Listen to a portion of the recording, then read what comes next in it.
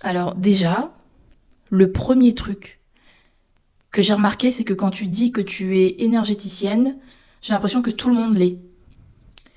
Et ça, c'est quelque chose qui, personnellement, moi, je comprends pas trop. Parce que je connais les tenants et les aboutissants, je connais la difficulté que c'est de pérenniser dans le temps, ne serait-ce que économiquement, tu vois, financièrement, quand tu commences, le temps de faire ta clientèle, et puis même le temps de te faire connaître pour ce que tu fais, pour ton énergie. Ça prend du temps. Ça prend du temps. On peut accélérer les choses comme on veut. On peut se développer sur les réseaux sociaux. Il n'empêche que ça prend du temps de développer sa pratique. Parce que voilà, avec l'expérience, l'expertise, euh, les gens viennent à toi pour une raison particulière. Et moi, ça me choquait en fait à chaque fois que, et encore aujourd'hui, j'ai des gens qui, quand je dis que je fais ce métier, donc moi j'ai la casquette d'énergéticienne, même si aujourd'hui je me considère pas comme étant qu'une énergéticienne, mais bref, ça me va comme ça. Et souvent j'ai des gens qui me disent oui mais moi aussi je suis énergéticienne. Je fais ah bon super et tout. Depuis quand? Ah mais je le fais pas vraiment, je le fais vraiment que pour moi ou je le fais enfin même pas pour moi en vrai. Enfin en fait ça fait longtemps que je le fais pas ou j'ai jamais vraiment commencé. Mais c'est vrai que quand les gens me parlent ils déposent vraiment, ils se sentent à l'aise avec moi. Il y a quelque chose qui se passe, il y a une énergie qui se déploie. Oui, bon d'accord, bah, comme tous les êtres humains qui sont sensibles et qui sont sensibles à l'énergie, mais c'est pas pour autant que tu es énergéticien ou énergéticienne, parce que moi quand j'entends ça, des fois, je vous jure, ça me tend, parce que être énergéticienne, ça veut dire, bah, déjà logiquement tu fais des sessions pour les gens, et admettons que ce soit pour ta famille, tes amis, je m'en fiche à qui tu le fais, même si tu le fais pour toi, mais tu le fais, déjà tu les fais les sessions. Et ça demande beaucoup, beaucoup de consécration. C'est tellement de sacrifices. Moi, je vous dis honnêtement, avant d'être énergéticienne, je ne vivais pas comme ça. Je faisais la fête tout le temps, toutes les semaines. Je sortais, j'allais danser. J'étais malheureusement, je fumais. J'ai pas fumé pendant longtemps dans ma vie, mais je l'ai fait quand même. Et je buvais pas trop d'alcool. J'ai jamais aimé ça. Et puis voilà, j'ai un terrain où je peux pas non plus me permettre de boire de l'alcool, etc. Ce qui fait que très vite, quand j'ai démarré, je me suis rendu compte que bah ça va pas aller en fait. Je pourrais pas être énergéticienne et fumer et faire tout ce que je fais au bout d'une semaine. C'était pas possible en fait. C'était pas possible. Pourquoi? Parce que j'étais exténuée, j'étais fatiguée, je voyais que ça ramait en fait. Et en discutant avec un de mes collègues qui fait ça depuis plus de 30 ans, il m'a dit ben moi avant je fumais, je buvais, j'ai arrêté en fait. Quand j'ai commencé le chamanisme, j'ai arrêté. Enfin quand j'ai approfondi ma pratique, j'ai arrêté parce que c'était pas compatible. Et quand je vois des gens qui me disent ça, qui fument comme des pompiers, mais je me dis mais quel mensonge en fait, je peux pas. Tu peux pas, t'étais dans le, je sais pas dans quel déni, mais et je sais pas pourquoi les gens aiment dire ça, parce que pour moi c'est une forme aussi d'ego. Enfin, je sais pas pourquoi, on dirait que ça fait cool de dire que, j'ai ma lueur qui s'est éteinte. On dirait que ça fait cool de dire qu'on est énergéticien ou qu'on travaille avec l'énergie. Je vois pas en quoi c'est cool, parce que quand tu connais la réalité du métier, je peux te dire que ça n'a rien de cool. C'est comme être psychologue. En fait, c'est des belles missions, mais en quoi c'est cool? En quoi c'est cool de pouvoir voir l'aura? En quoi c'est cool de pouvoir ressentir l'énergie d'un organe? C'est une faculté, c'est une compétence, mais ça n'a rien de cool. Vous imaginez faire ça toute la journée, tous les jours de votre vie? Enfin, je sais pas pourquoi on a besoin de dire. Enfin bref, ça c'est un truc. Bref, j'ai remarqué que il y a beaucoup de gens qui se proclament énergéticiens, énergéticiennes, alors que bah, ils le sont pas. Peut-être qu'ils l'ont été dans une autre vie, dans une autre vie, plus tôt dans leur vie. Mais déjà ça m'a choqué parce que c'est un peu genre ouais moi je sais, tu vois, alors que pour moi si tu es juste intéressé par l'énergétique mais que tu ne pratiques pas et que tu ne fais pas tous les sacrifices qui vont avec et que tu montes pas en compétences au fil du temps et que en fait ton mode de vie il change pas du tout et non t'es pas énergétique, arrête de déconner les gars, non, non, je suis désolée, non, bref, ça c'est le premier truc qui m'a frappé. Je remets la lumière parce que je vous dis, moi je vais pas couper cette vidéo, hein. J'ai la flemme. Après, la deuxième chose qui m'a frappée aussi, enfin qui m'a interpellée, c'est le fait d'être énergéticienne et d'être une femme noire à La Réunion. Donc on va segmenter les choses. D'être énergéticienne en étant une femme noire. Vous savez, quand j'ai commencé ce métier, moi, les histoires de couleur de peau, de race, de je sais pas quoi, de discrimination, j'étais dans le déni total, en fait. Je me disais, mais non, ça me touche pas et tout. Quand j'ai commencé à me rendre compte et à plus me, on va dire, me déconstruire par rapport à tout ça, effectivement, je me suis rendu compte que déjà dans mes anciens postes, avant d'être énergéticienne, effectivement, il y a eu de la discrimination, mais euh, alors que tu es énergéticienne, déjà, tu as la casquette de sorcière, quoi. T'as la casquette de ça y est. En fait, j'avais vraiment l'impression quand j'ai commencé, surtout quand j'ai commencé en rentrant à l'île de la Réunion, parce que je suis réunionnaise pour les personnes qui savent pas, j'ai ouvert mon entreprise, j'étais à Toulouse. Ensuite, j'ai déménagé à La Réunion en 2020 et je me suis installée ici en 2021. Donc, j'ai recommencé mon activité en 2021.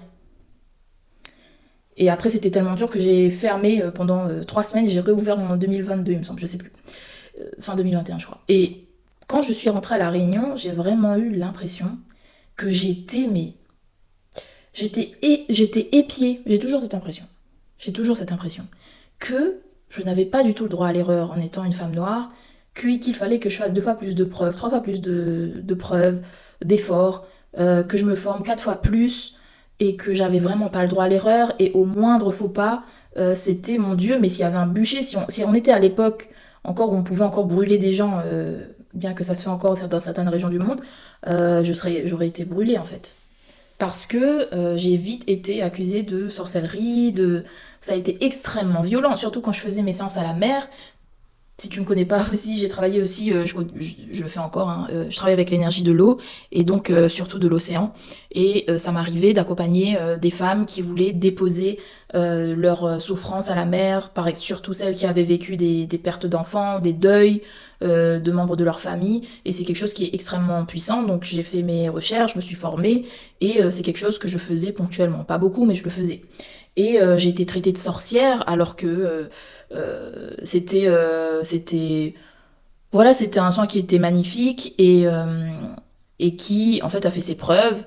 Et voilà, il y a des gens qui font des soins avec moi et qui pendant 1 mois et demi me disent que tout va bien. Au bout d'1 mois et demi, je sais pas ce qu'ils font derrière. Surtout quand tu donnes des recommandations, tu sais, quand tu fais des séances à la mer, tu es pas censé jouer avec des forces de l'invisible, ni toi, ni ton conjoint, ni ta conjointe, ni ta mère, ni ton père, qui vivent dans la même maison que toi, parce que en fait, tu te nettoies, donc tu perds quelque part tout ce tes boucliers de protection, tu les nettoies, et tu dois en remettre une en faisant tes prières, et des fois, il y a des gens qui écoutent pas, et qui se font attaquer, parce que ben c'est très rigoureux en fait. Donc j'ai des gens comme ça qui prennent pas trop les choses au sérieux, qui sont venus me voir, qui prenaient pas les choses au sérieux et qui avaient le retour de bâton et après, qu'ils te traitent d'ensorceleuse, de sorcière et tout ce que tu veux, ça m'est arrivé. Imagine la violence. Surtout que quand c'est quelque chose que toi, tu crées, toi, tu mets en place et tout. En tout cas, moi, je l'ai vécu comme ça. C'était extrêmement violent. Donc, j'ai eu l'impression vraiment, j'ai eu l'expérience, c'est même pas une impression, que en tant que femme noire, surtout avec voilà, mon côté mélangé de Catherine, comme on dit chez nous, avec du sang malbar et d'autres gènes, eh bien, j'avais l'impression que j'avais pas droit à l'erreur, que je n'ai toujours pas droit à l'erreur, et ça pèse énormément. Sans parler du manque de reconnaissance. Donc, les femmes noires, on est quand même très invisibilisées, et dès qu'on parle de cette invisibilisation, tout de suite, on est trop, on exagère, etc. Ce qui vient à la troisième chose que j'ai pu remarquer en étant énergéticienne, en étant en tout cas dans l'accompagnement euh, sur, sur l'île de la Réunion. Donc, après, je cite l'île de la Réunion, mais je pense pas être la seule à vivre ça. C'est-à-dire que, pour moi, ça dépend de là où tu viens. Si tu viens de la Martinique, ben, tu vas vivre en Martinique. Tu vas le plus le ressentir en Martinique, etc. C'est que je trouve que, en fait, le fait de faire des sessions sur des thématiques qui sont quand même assez lourdes, parce que quand tu fais des sessions à la Réunion, les blessures, la blessure de rejet, la blessure d'invisibilité, la blessure... Il y a tellement de blessures, que ce soit physique, que ce soit au niveau émotionnel, spirituel, la fracture avec notre spiritualité, mais aussi tout ce qui est transgénérationnel, ce sur quoi je travaille énormément aussi, eh bien c'est lourd en fait, c'est très très lourd. Et le fait de travailler là-dessus et d'avoir quelque part à te dissocier de ces blessures-là pendant que tu travailles sur ces blessures-là, pour moi, pendant les premières années, ça a été extrêmement dur, parce que ça résonnait beaucoup, j'étais extrêmement fatiguée, me parlez pas de protection parce que je me suis tellement formée en protection, tellement formée en nettoyage aussi, que là-dessus tu peux pas me tester. Je sais me nettoyer, je sais me protéger. Mais là où j'étais pas préparée, et là où personne ne m'a formée, là où personne n'avait de quoi m'aider aussi, parce que je me suis pas seulement formée avec des afrodescendants, je me suis aussi formée avec des gens de différentes ethnies qui avaient pas forcément les mêmes problématiques que moi. Donc, le fait d'accompagner des femmes de ta communauté, ça aussi, ça peut être extrêmement dur au début. Tu sais pas pourquoi tu es fatigué, ou tu sais pas pourquoi, tu vois, il y a des choses qui passent, qui traversent en fait. Déjà, il y a ça, et ça, c'est avec le temps que j'ai appris à vraiment accompagner pour ne pas être impactée ou ne pas être moi-même blessée encore plus. Parce que déjà, il y a toi, ce que tu traverses, et il y a ce que la personne, elle traverse. Et quand tu rentres dans l'énergie de la personne, parce que pour moi, je vais vous dire quelque chose. Je fais les deux. Je fais les trois. Je fais séance énergétique, où tu touches pas forcément la personne, tu peux toucher, mais où tu viens faire circuler l'énergie de la personne, parfois même nettoyer l'énergie de la personne en séance. Je fais aussi les séances sur le ventre, donc je suis spécialisée en massage abdominal avancé, je suis formée en Chin Tsang, en massage abdominal ayurvédique, et avec une autre dame qui a développé sa technique de massage. Je me suis formée dans ces différentes techniques-là. Je me suis formée en psychogénéalogie et je continue à me former en autodidacte dans tout ce qui est transgénérationnel des afrodescendants, indodescendants, etc.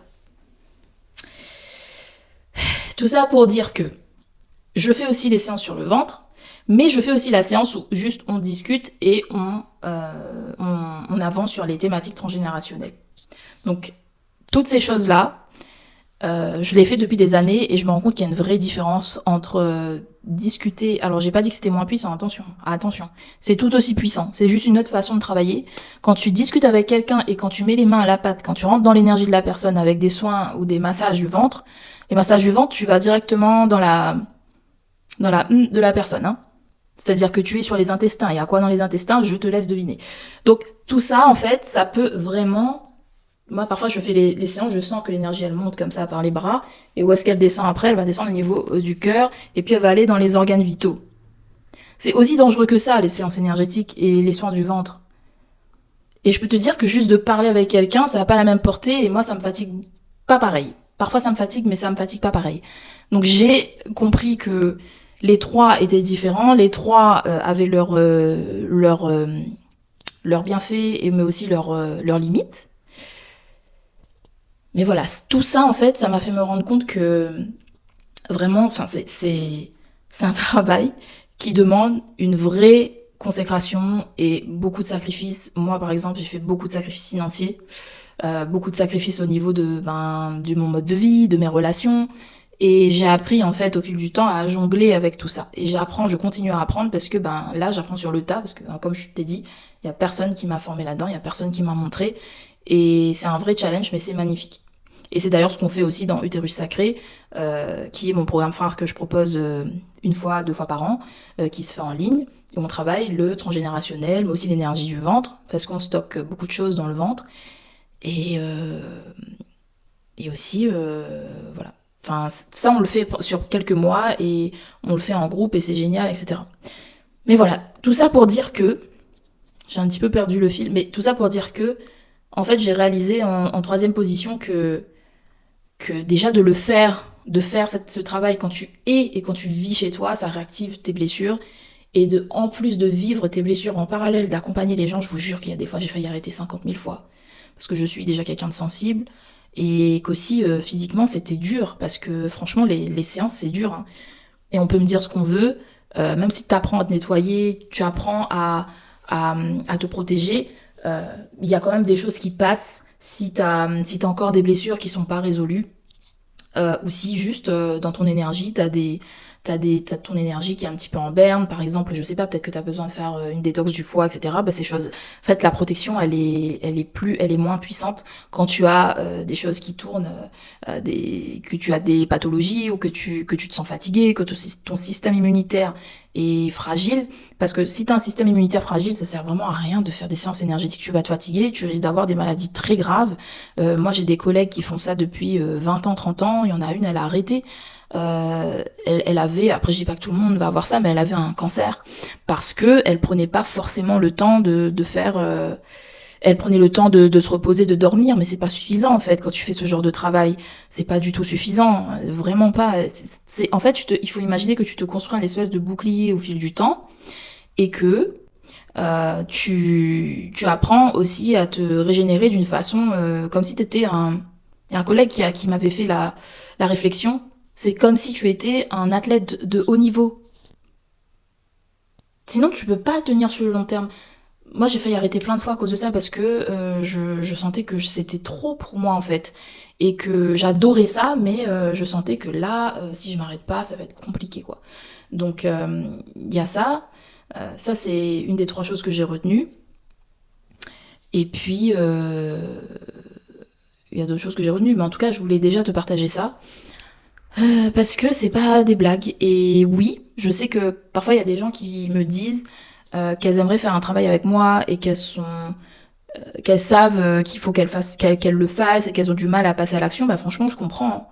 Je comprends parce que c'est un travail qui, pour moi, c'est un travail qui est vital et qui est nécessaire et qui, pour moi, si tu viens de la Réunion, si tu es afrodescendante, indodescendante, si tu es réunionnaise ou martiniquaise, guadeloupéenne, ou que juste tu sens que ton histoire elle te pèse, pour moi c'est un travail qui, même si j'aime pas le mot travail, mais si tu sens que ça t'appelle, fais-le en fait, parce qu'effectivement, si t'attends que toutes les planètes soient alignées, elles seront jamais alignées pour ce genre de travail, parce que en même temps, ce qui se passe, c'est que en même temps que t'as l'envie de le faire, t'as aussi les peurs qui te tiraillent et t'as tes blessures qui t'empêchent aussi à passer le pas.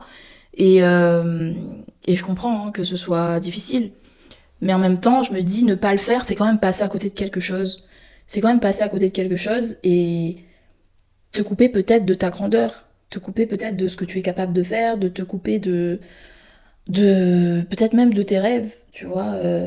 Moi, quand j'observe les blessures que j'ai quand elles s'activent, c'est toujours les mêmes. Et je vois que chez mes clientes, c'est toujours les mêmes. Désolée, je m'affaisse au fur et à mesure. Parce que j'ai rien pour me tenir. Et franchement, j'ai pas des abdos en béton. Pour l'instant.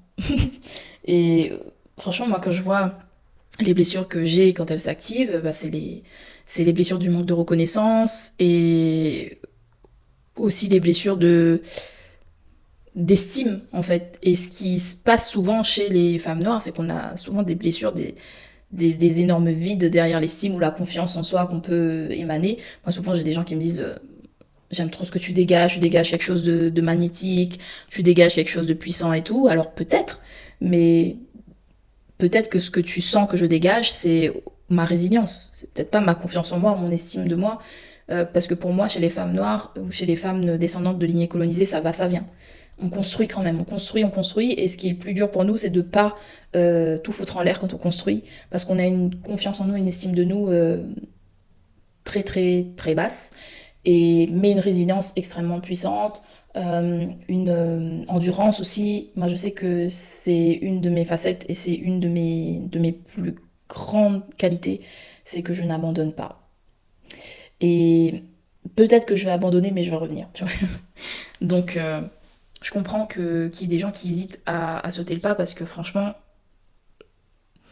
faut y aller, quoi. Je te dirais pas qu'il faut être prête, je dirais juste qu'il faut être curieuse, que c'est important d'être curieuse, que c'est important d'être aussi confiante dans le processus, parce que si tu y vas à reculons, ça sert à rien.